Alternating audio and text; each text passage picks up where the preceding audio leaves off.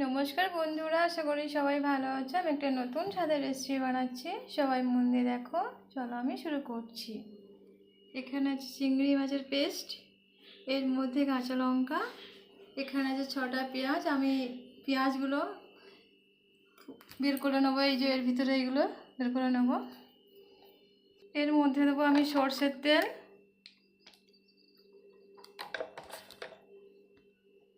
হলুদ গুঁড়ো,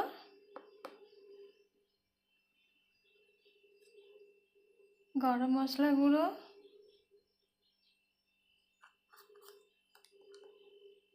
আদা গুঁড়ো, জিরে গুঁড়ো,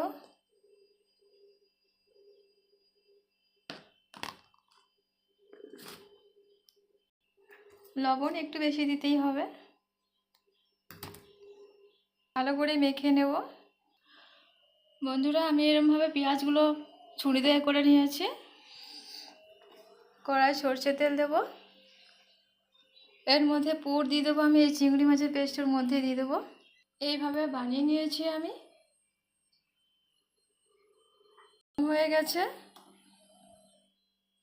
একটা করে দিয়ে দেবো।